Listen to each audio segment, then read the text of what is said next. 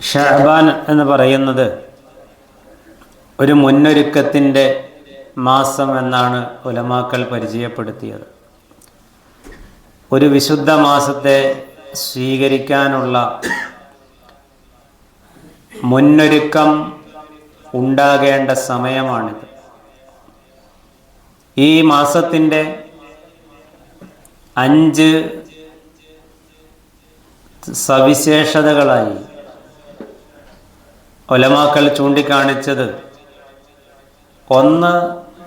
കർമ്മങ്ങൾ ഉയർത്തപ്പെടുന്ന മാസമാണിത് എന്നതാണ്. 2.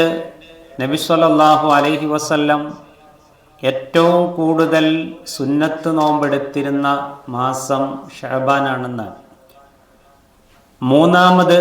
ഒരു പ്രശ്നമാണ് ഉലമാക്കൾ പറഞ്ഞത്: ജനങ്ങൾ നന്മയിൽ നിന്ന് പൊതുവെ അകലുന്ന ഒരു മാസമാണ് ഷഅബാൻ.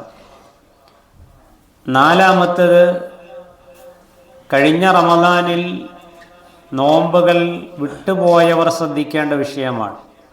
അഥവാ അടുത്ത റമദാൻ എത്തും മുമ്പ് നഷ്ടപ്പെട്ടു പോയ നോമ്പെന്തെങ്കിലും ബാക്കിയുണ്ടെങ്കിൽ അതെടുത്ത് വീട്ടേണ്ട അവസാന സമയം.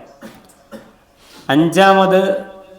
റമദാന് വേണ്ടി ഒരു വിശ്വാസി ആത്മീയമായും എല്ലാ നിലയ്ക്കും ഒരു നല്ല ഒരുക്കം നടത്തേണ്ട മാസം. ഇങ്ങനെ 5 സവിശേഷതകൾ ഉലമാക്കൾ ചൂണ്ടിക്കാണിക്കുന്നുണ്ട്.